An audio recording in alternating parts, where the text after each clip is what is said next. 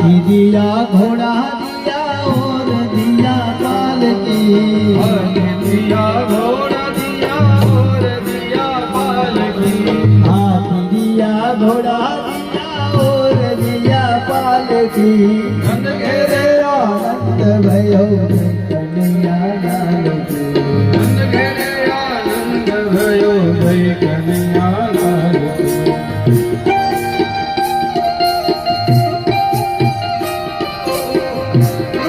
આજે નાચવામાં બાકી રહી ગયા હોય ડૂબા થઈ થોડી વાર નાચી લો.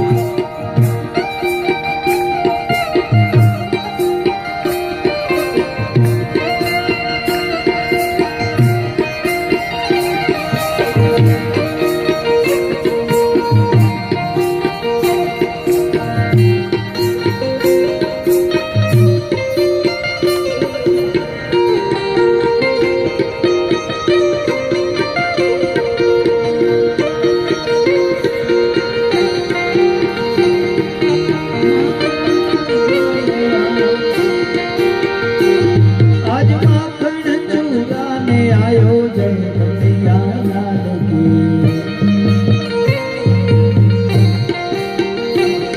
आज माखण चूराने आयो जय कन्हैया लाल की।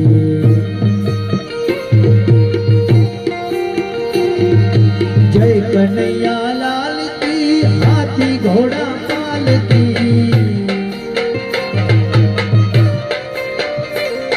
आज जय कन्हैया लाल की हाथी घोड़ा पाल की।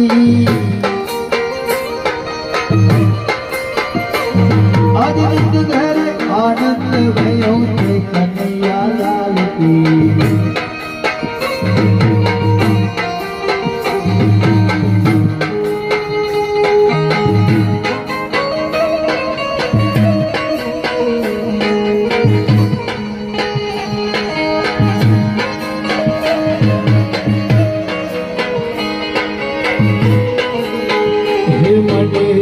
रजना सपना मेरे रज मन कोण लई जा।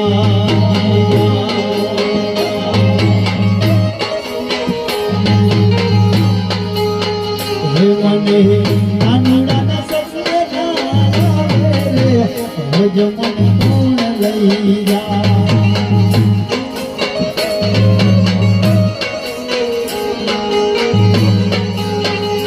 बोलिया भूताने कोण हाथ जावे रे रज मन कोण लई जा।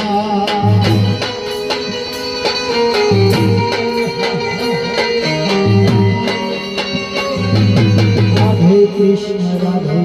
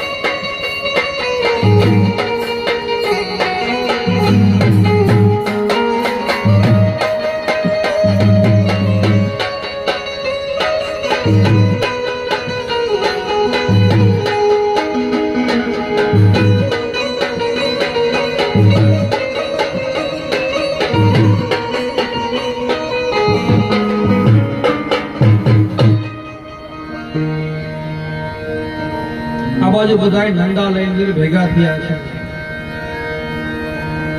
નંદ બાબાએ ઘણી બધી ગાયોનું દાન આપ્યું. 7 મોટા મોટા તલના જે પર્વતો બનાવી રેશમી વસ્ત્રોથી વીંટાળીને બ્રાહ્મણોને દાન કર્યું છે.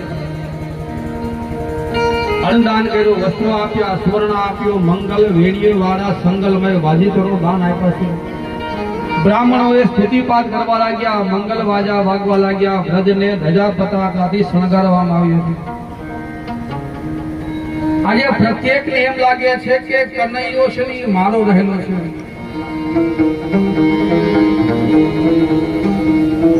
એમ સાંભળતા સર્વ ગોપી આનંદિત થઈ પોતાના જાતને શણગારી હાથમાં કૃષ્ણને આપવા માટેની ભેટ પદાર્થો લઈ અને મંગલ ગીતો ગાતી હતી. થોડે વળી મંગલમયમાં આવી ગોપીઓ ચોટલામાં ગૂંથેલી પુષ્પોની ધરતી ઉપર વૃષ્ટિ થાય છે. એ પુષ્પોને જાતે એમ છે કે કૃષ્ણ દર્શનની માટે પાગલ બનીને દોડતી હતી. સૌ આનંદથી જય જયકાર કરે છે. પ્રભુ પ્રગટ થાય એટલે જીવનની પ્રત્યેક ક્ષણ છે ને એ મંગલ અને મહોત્સવ બની જાય છે. નંદ બાબાએ આવેલા સર્વ લોકોનું સ્વાગત કર્યું. દરેક જણને ભેટ પદાર્થો અર્પણ કર્યા. ગોપીઓ લાલાને ભેટ અર્પણ કરે છે, કૃષ્ણના દર્શન કરે છે.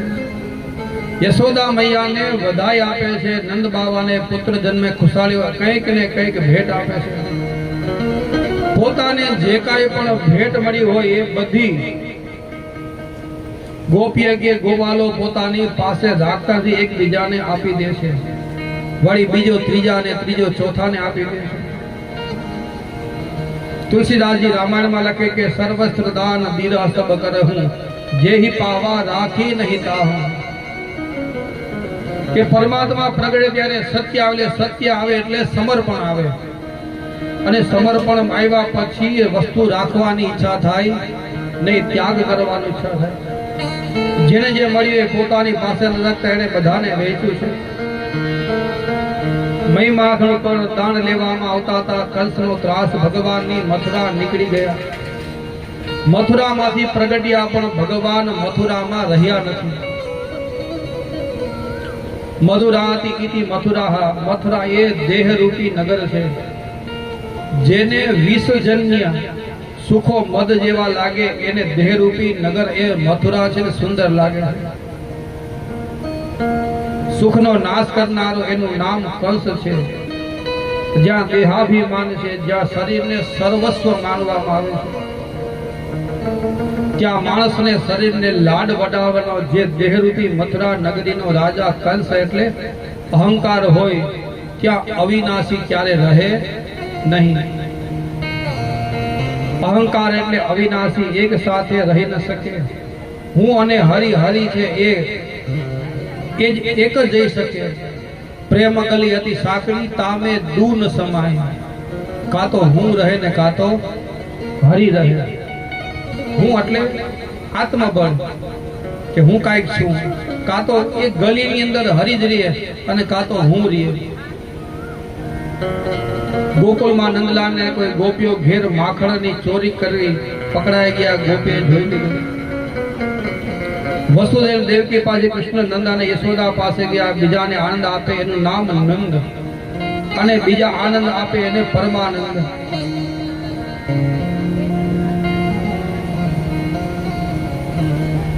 હે યશોદા, તમને શું કહે કે તે પૂર્વ ક્યાં પુણ્ય ભાગીદારી ક્ષેત્રમાં વાસ કર્યો અને કેટલા વિધાનો કર્યા કે આવું તને પુણ્ય પ્રાપ્ત થયું છે? જેની કૃપા ઇન્દ્રને, બ્રહ્માને કે કામદેવને નાશ કરનાર ભગવાન શિવને પણ પ્રાપ્ત થતી નથી. તે પૂર્ણ બ્રહ્મ પરાત્પર બ્રહ્મેશ્વર તારા ખોળામાં બેસવા માટે પૃથ્વી પર વિલાપ કરતું પડ્યું છે. પ્રભુ મામા કરે મારે ખોળામાં બેસવું છે, આમ કે જે વકરલખા મારે આનાથી વધુ મોટો યશ શું હોય શકે? પ્રભુએ દેવકીએ જન્મ આપ્યો, યશોદાએ લાલડાવી મોટા કર્યા, એનો આનંદ ગોપીઓને માણ્યો. કોઈ પ્રશ્ન કરે છે કે યશોદાને આપ્યો ને દેવકીને કેમ નહીં? આ વાત ઉદાહરણ કરી જોઈએ કે એક વ્યક્તિ જ્યારે જમીનની અંદર બીજ વાવે ને એ બીજ મોટું થાય ને એટલે બીજાને આપણે આપી દઈએ છીએ. આપી દઈએ છીએ. એમ દેવકીના કુખે જન્મેલો જે બાળક હતો ને એ યશોદાને આપી દીધો.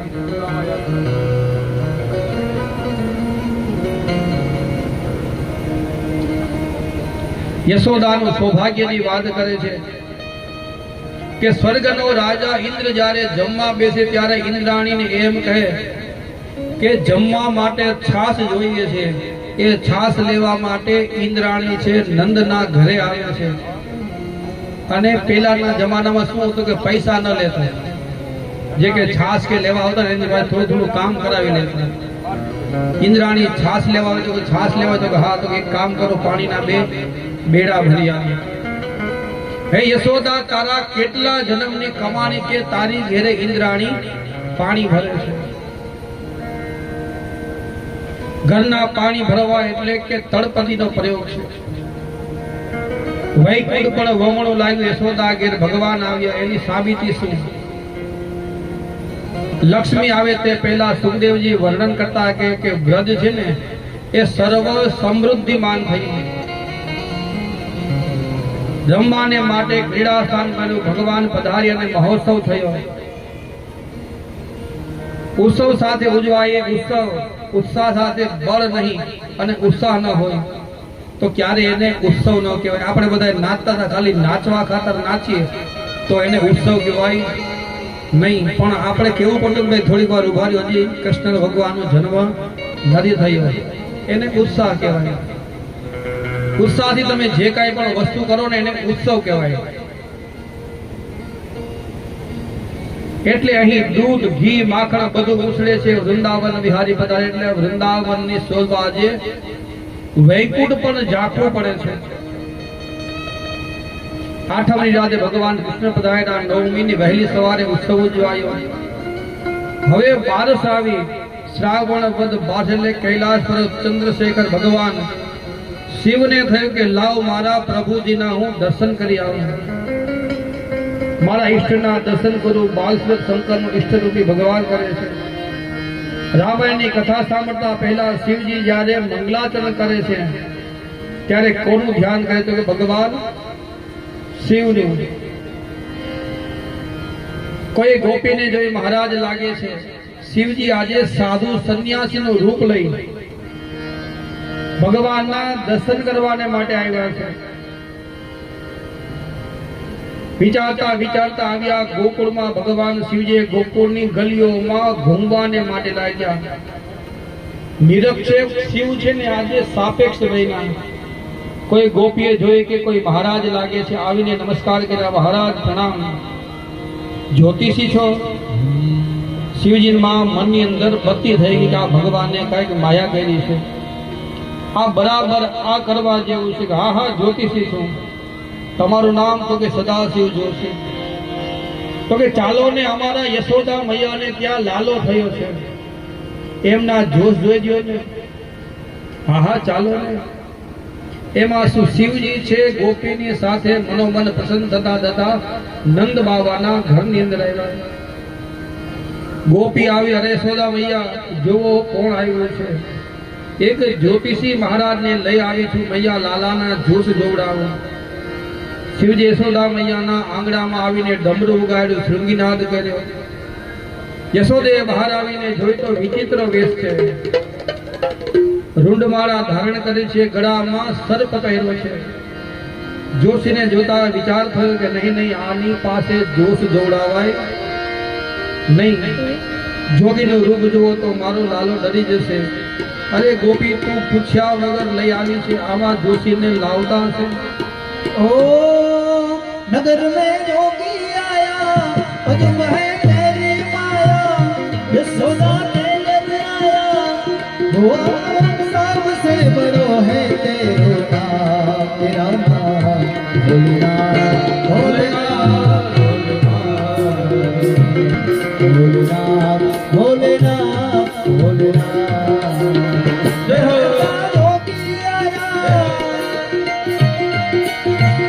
अजब है तेरी माया, अजब का खेल जाया, सबसे बड़ो है तेरो नाम, तेरा नाम भोलेनाथ, भोलेनाथ।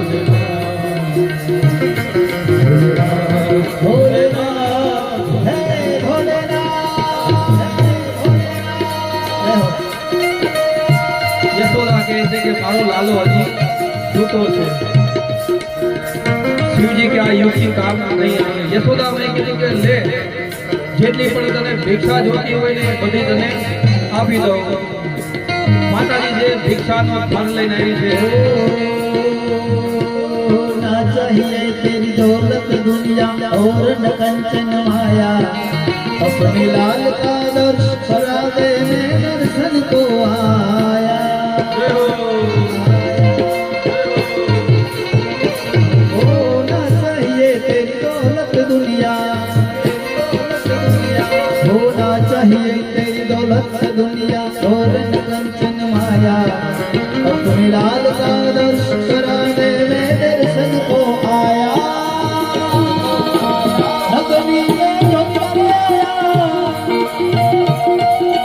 झोंकिया झोंकिया झोंकिया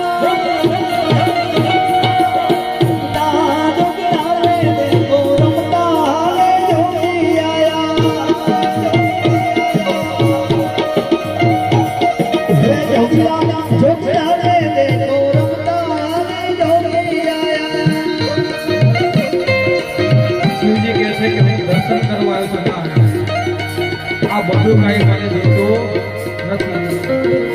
હું મૈયા ભિક્ષા લેતો નથી. ભિક્ષા લઈને મારે કરવો છું. તો મહારાજ તમને આ ઓછું લાગે છે? તમને શું જોઈએ? શિવજી કે આપણું કાંઈ નથી, આપણો સંતોષ ન થાય.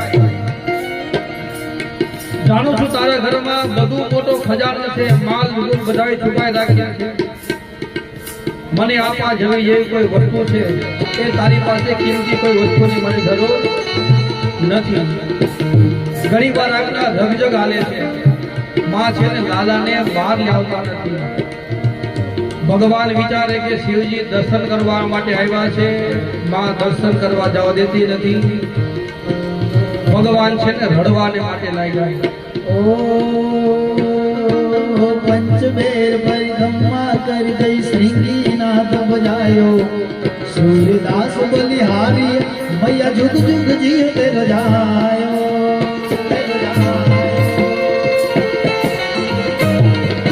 पंचमेर परिक्रमा कर गई,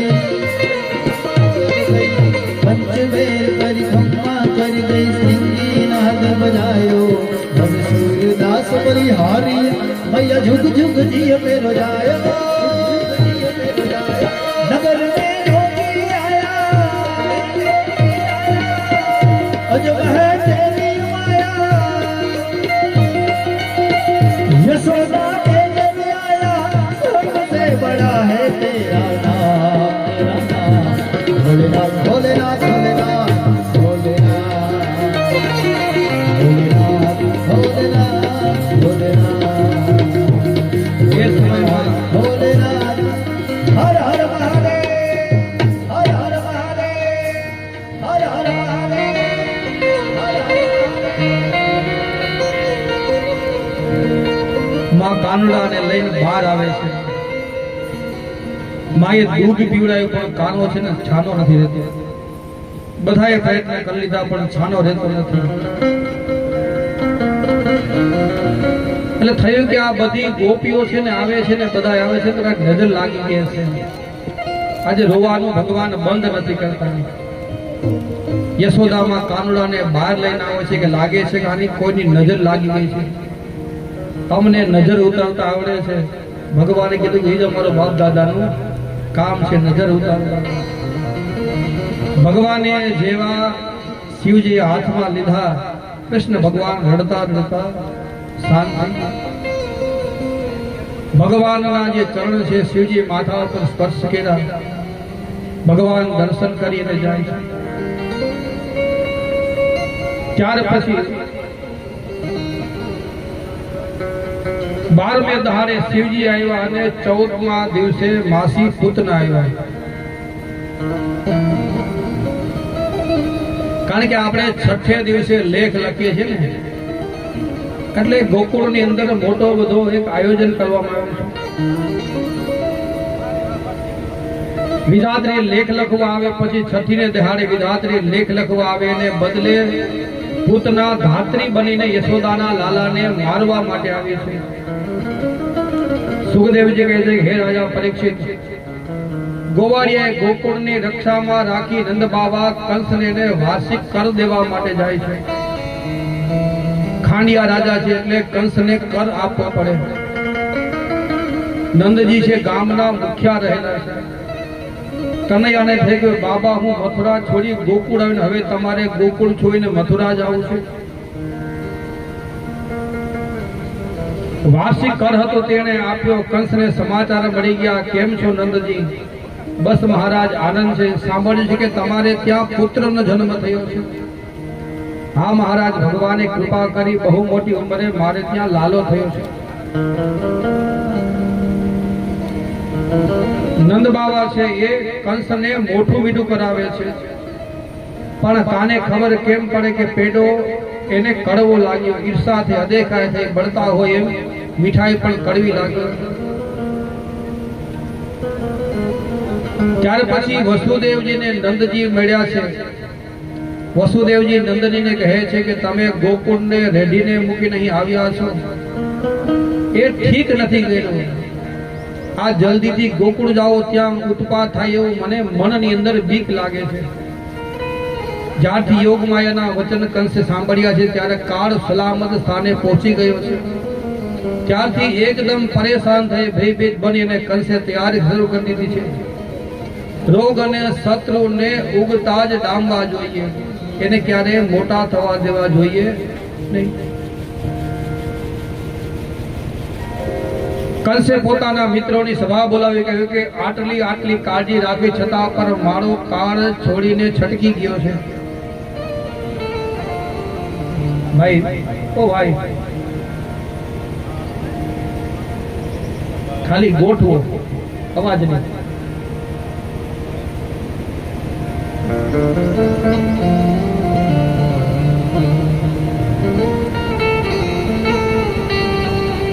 આટલી કાળજી રાખવા છતાં પણ મારો કાળ કેમ છટકી ગયો?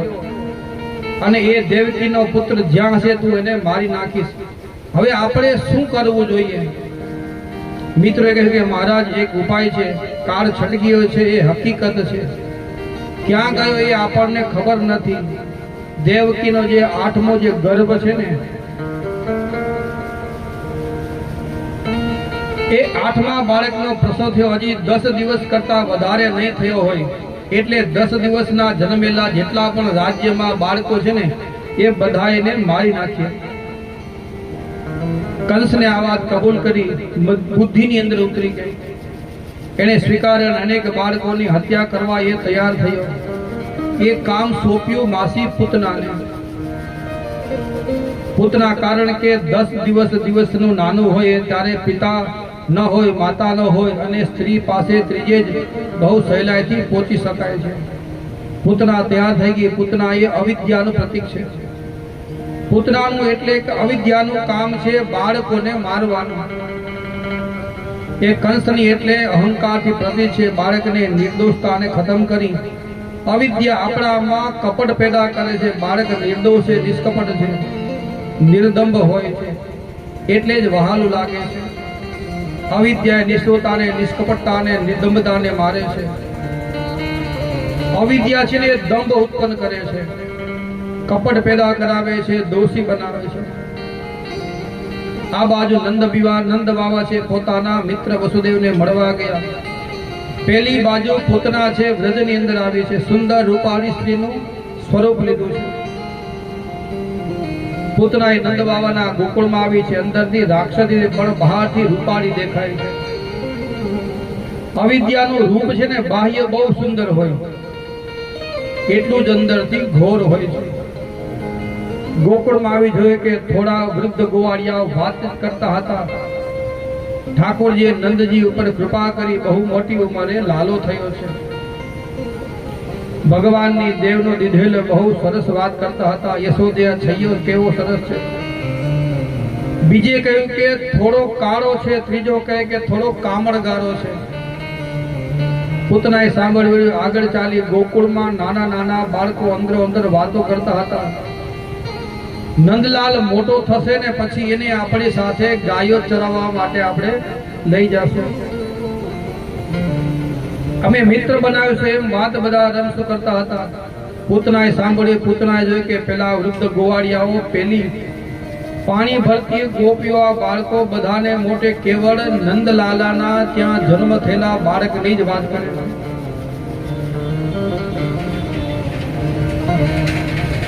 માર્ગમાં કોઈ ગોપી સામે મળી, બેન જય શ્રી કૃષ્ણ, નંદજીનું ઘર ક્યાં છે? એટલે પેલી ગોપીએ કીધું કે અમે જે બાજુ જાય છે ત્યાં આવી જાઓ, કારણ કે અમે પણ નંદ બાબાના ઘરે જ જાય છે. બેનોને બેનપણી છે જલ્દી બની જાય. 1 કલાક બાજુમાં બેસે એટલે તમે ક્યાં ગામના, તમારા માવતર ક્યાં, તમારો મોસાળ ક્યાં, 1 કલાકમાં આખી ડિટેલ એની પાસે આવી જાય. આપણે પુરુષો આખો દિવસ બેજી બાજુવાળાને પૂછીએ કે તું શું કામ કરું છે ને. 10 મિનિટ બાજુમાં બેસે એટલે આખી ડિટેલ એની પાસે હોય. એના હગા ક્યાં ગામ છે, એની બેન ક્યાં ગામ છે, માસી ક્યાં ગામ છે, મામા ક્યાં ગામ છે, બધું પૂછી લે. એટલે આ બાજુ ગોપીઓ બધી જાતી એની સાથે પૂતના પણ સાથે ચાલી ગઈ. ગોપીઓ બધું જાણી લીધું કે પાણી બતાવ્યું. આ પેલા યમલાજના 2 વૃક્ષ ઉભા છે ને, બસ એ જ નંદજીનું ઘર છે. પૂતનાએ નિશાની આવી નંદજીના ફળિયામાં. નંદજીને ઘરે નહોતા, મથુરા ગયા હતા. નંદરાણી લાલાને ગોદમાં લઈને બેઠા છે. ત્યાં પૂતના સુંદર સ્ત્રીનું રૂપ લઈને આવી. मैया बधाई हो तुम्हारे घर लालो भयो है. પૂતના જેને યશોદાન થયું કે આ નવતર વળી કોણ, હું તો આને ઓળખતી નથી. કનૈયો મનોમન કહે છે કે હું ઓળખું છે ને માં. યશોદાએ વિચાર કર્યો હશે કે જે હશે તે આંગણે આવ્યું છે. અતિથિ મારે ત્યાં લાલો થયા પછી જાણ્યા અજાણ્યા કેટલા બધા લોકો આવે છે. એ જ આંગણે આવે અતિથિ મારે ત્યાં લાલો થયો છે. અતિથિનું સ્વાગત કરવું જોઈએ, તેની પૂજા કરવી જોઈએ. કનૈયાએ મનમાં કહ્યું કે માં આ અતિથિ દેવો ભવ, એ થોડાક સમયમાં દેવ થવાના છે. જેના આવવાની કોઈ તિથિ નથી એ અતિથિ. પ્રભુએ આજ અતિથિની પુણ્યતિથિ કરવાનું નક્કી કરી લીધું હતું. ગમે ત્યારે આવે. પૂતના જોઈને યશોદાજી વિચાર કરે કે કોઈ મોટા ઘરની વહુ લાગે છે. કેવી બની ઠણીને આવી છે, કેવી સરસ છે, રૂપાળી છે. અવિદ્યાનું બહારનું રૂપ બહુ સુંદર લાગે છે, ભીતરથી તે ભયંકર હોય છે. એ જ સમયે છે ને દૂધ અંદર ઉભરાતું હતું. યશોદાન થઈ કે હું દૂધની પાસે જાઉં. પોતાનું જે બાળક હતું એ પૂતનાના ગોદની અંદર આપીને જતા રહ્યા. આજુબાજુ જોયું તો કોઈ હતું નહીં. એ જ સમયે પૂતના છે એ ભગવાનને સ્તનપાન કરાવવા માટે તૈયાર થયા. એ જ સમયે ભગવાને એના દૂધ પીતા પીતા પોતાના જે એના શ્વાસ હતા ને એ બધાઈ લેવા માટે એ જ સમયે ભગવાને પૂતનાનો પ્રાણનું પંખેર ઉડાડી નાખ્યું. હવે એક કરતા કરતા ભગવાને છે ને પોતાની આંખો બંધ કરી દીધી છે. હવે આંખો બંધ કરી એમાં કેટલા બધા સંતોએ પોતાના મત આપ્યા છે.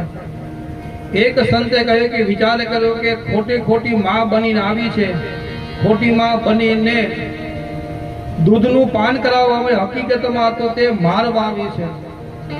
એ મારે હાથે મરશે એટલે તેને સદગતિ જ મળશે. ખોટી માં બનીને મને ઝેર પીવડાવવા આવી છે.